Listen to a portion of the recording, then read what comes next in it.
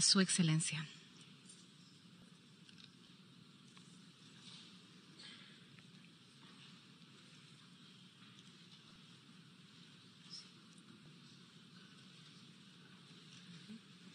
En nombre de la Asamblea General, tengo el honor de dar la bienvenida a Naciones Unidas al excelentísimo señor Nayib Armando Bukele, presidente de la República de El Salvador, y de invitarlo a dirigirse a esta asamblea.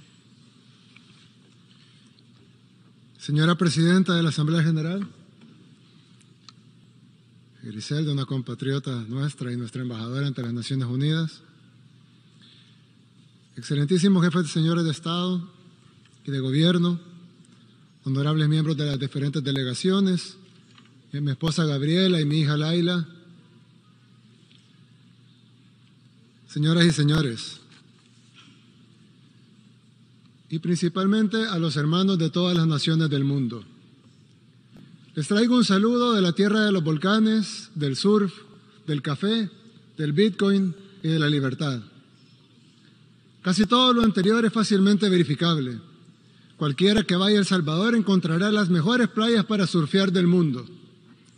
Volcanes por todas partes, un café increíble, podrá caminar con paz y tranquilidad por cualquier rincón de nuestro país y especialmente encontrará un pueblo unido luchando por su libertad.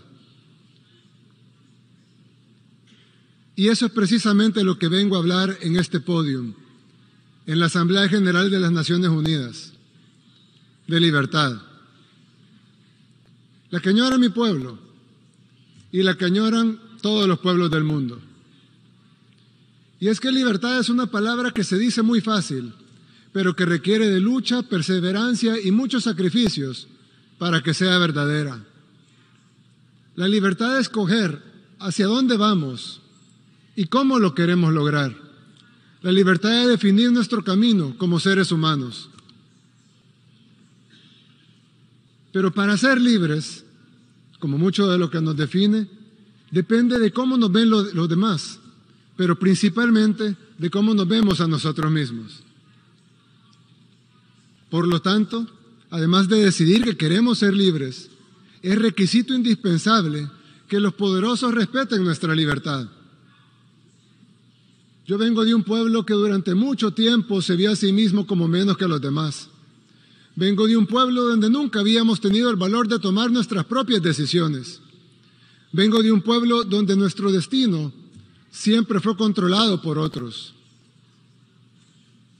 Vengo de un pueblo que solamente es dueño del país más pequeño del continente americano y que incluso esa pequeña propiedad sobre ese pedacito de tierra, que apenas se ve en el mapa, no es respetada por países que tienen muchísimo más territorio que nosotros, muchísimo más dinero y muchísimo más poder, y que piensan correctamente que son dueños de sus países, pero piensan incorrectamente que también son dueños del nuestro. Y es que un grupo de países poderosos no solo tienen mucho más que todos los demás, sino que también creen que son los dueños de lo poco que tenemos los países que no somos poderosos. Es como si alguien viviera en una casita muy pequeña y humilde, pero que tuviera un vecino muy, muy rico, cuya casa es un hermoso, gigantesco palacio, con inmensas extensiones de tierra y tesoros inimaginables. Quien vive en la pequeña casita respeta y admira a su vecino. No le molesta que sea inmensamente más rico que él. Él está feliz en su pequeña casita, pero ha decidido mejorarla, pintarla, arreglarla y amueblarla mejor. Con esfuerzo, claro, pero está seguro que valdrá la pena. Todo bien hasta ahí.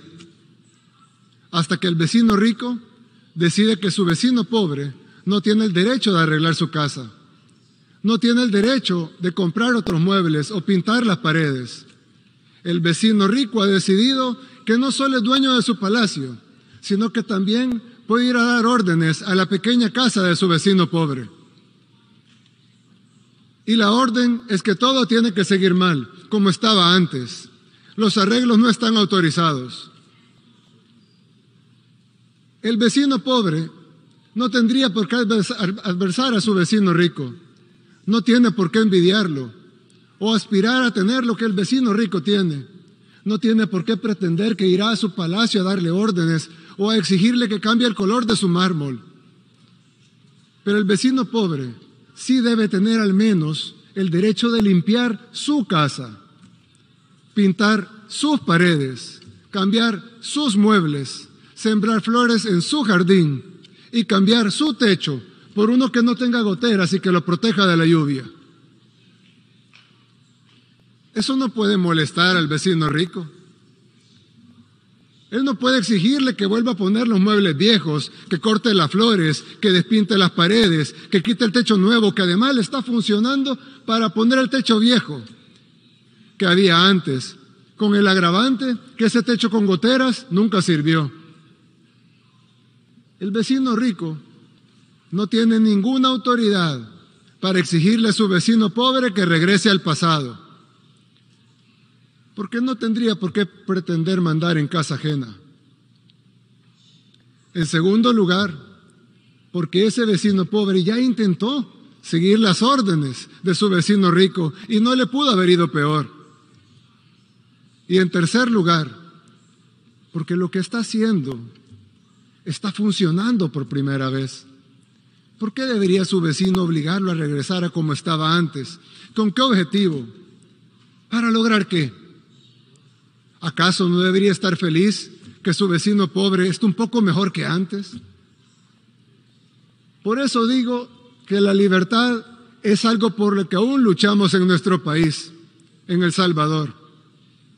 Porque si bien somos libres y soberanos e independientes en papel, no lo seremos de verdad hasta que los poderosos entiendan que queremos ser sus amigos, que los admiramos, que los respetamos, que nuestras puertas están abiertas de par en par para comerciar, para que nos visiten, para construir las mejores relaciones.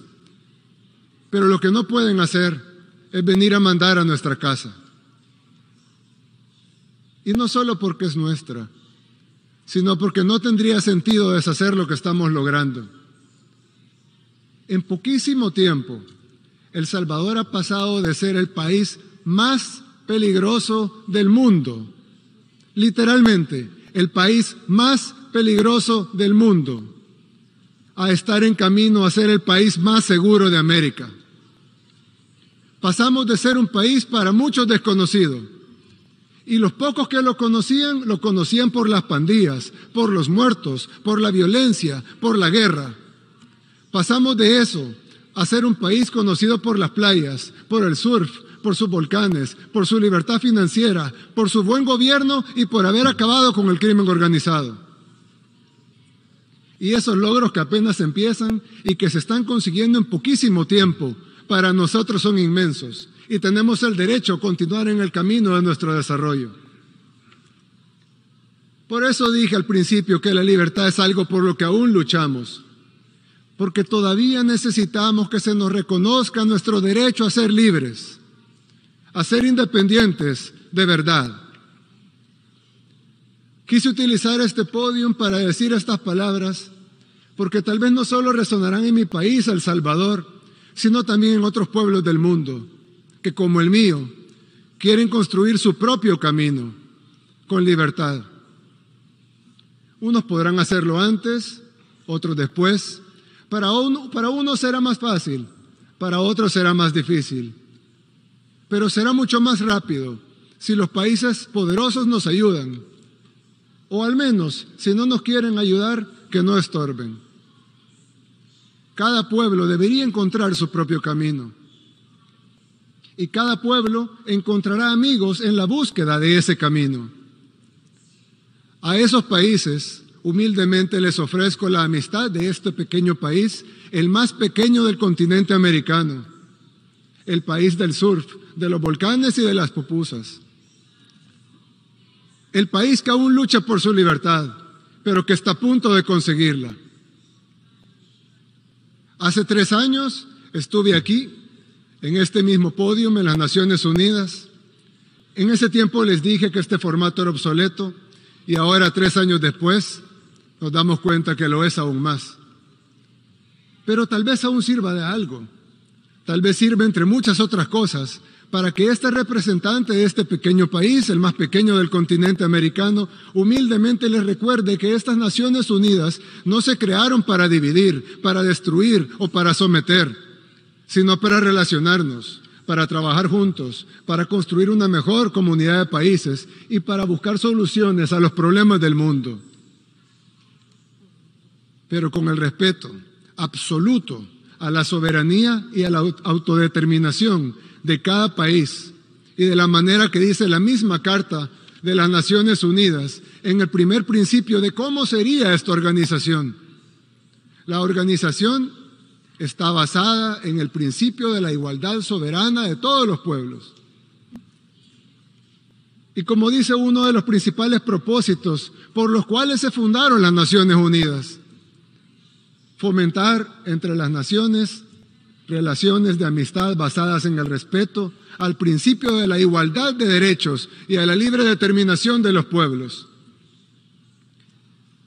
Tal vez el cambio del mundo unipolar al mundo multipolar del que tanto se habla sea mejor si en lugar de pasar a ser de una superpotencia a varias superpotencias, pasemos mejor a un mundo en donde cada pueblo es verdaderamente libre de construir su propio camino y donde en esta comunidad de naciones aportemos todos, los grandes y los pequeños, desde nuestras experiencias y nuestras capacidades, a solucionar los problemas de la humanidad.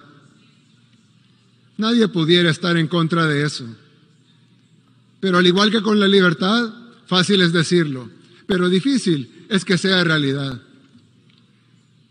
Vine hasta acá a pararme en este podio, en un formato en el que ya no creo, para decir algo que lo más probable es que de todas maneras no cambie la forma de que los países poderosos ven a los demás, pero tal vez sí cambie la forma en que los países en vías de desarrollo nos vemos a nosotros mismos.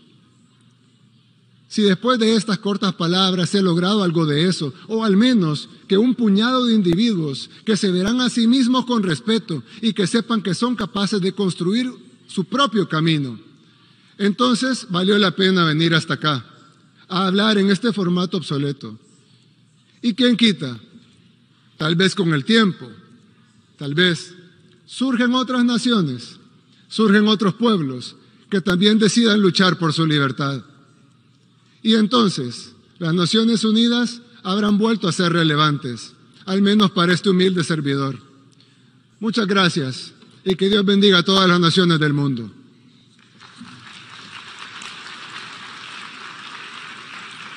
En nombre de la Asamblea, deseo agradecer al presidente de la República de El Salvador la declaración que acaba de formular y pido a protocolo que acompañe a su excelencia.